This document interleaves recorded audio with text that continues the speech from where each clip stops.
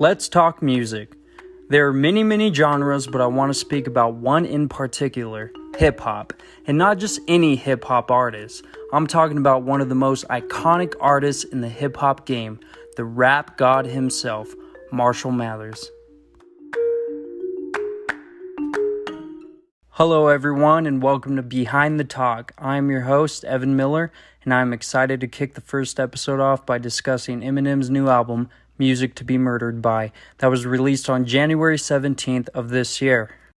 Now, Eminem released his last album, Kamikaze, back in August of 2018, and I'm surprised on how much he intertwined the Slim Shady mood in this album. The first track kicks off with what sounds like him burying a woman as she's screaming for help. My guess? I think it's Kim. Now, Eminem has referenced Kim in many past albums and seems to still hold a grudge against her. I honestly do not blame him. She messed him up pretty bad, both emotionally and mentally. Now, he also talks about his stepfather, his biological father, his mother, and also takes a couple stabs at Machine Gun Kelly from their feud back in 2018, which many people think is kind of lame he would drag it onto this album. Machine Gun Kelly even responded on Twitter by saying, and I quote, "He's been rich and mad for 20 years straight.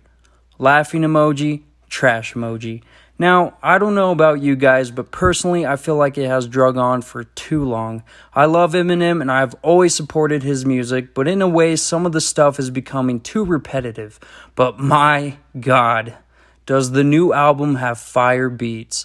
But there's also samples from Alfred Hitchcock's Music to Be Murdered By, which is the main influence of the album. I peeped Alfred Hitchcock's album as well to see if I was able to pinpoint which samples were used. Unfortunately, after 20 minutes of listening to violin, strings, and a whole orchestra, I figured Eminem just pulled Alfred Hitchcock's voice for the intro and interludes. But along with fire beats and fire bars, there is also controversy. Because what kind of Eminem album would it be without controversy?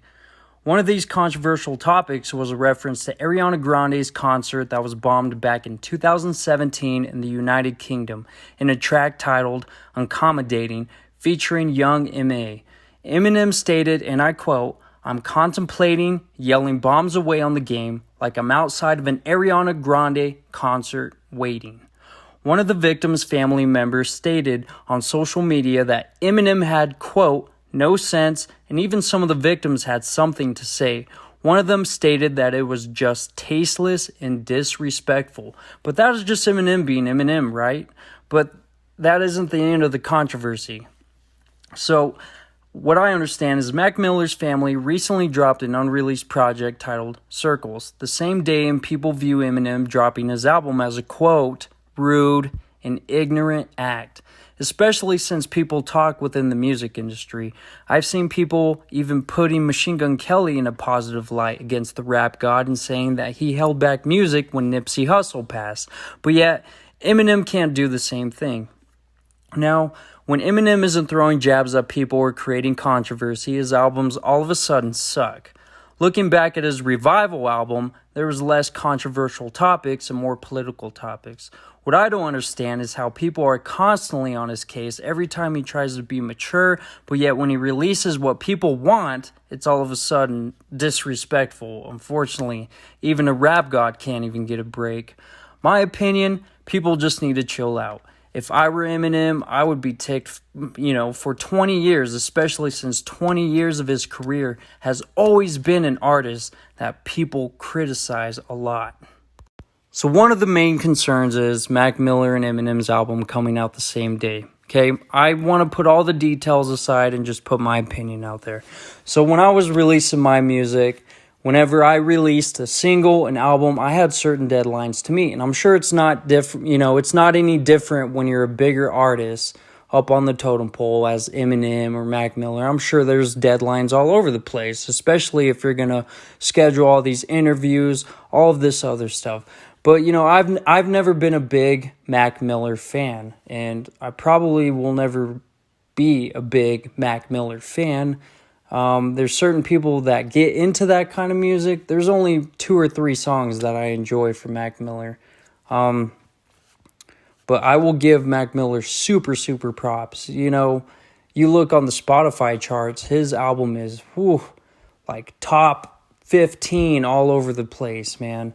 And then there's Eminem's, he has a top 2 song, maybe a top 5, and then a 7 here. But Mac Miller's is like up and down the Spotify charts. So I think that's really cool.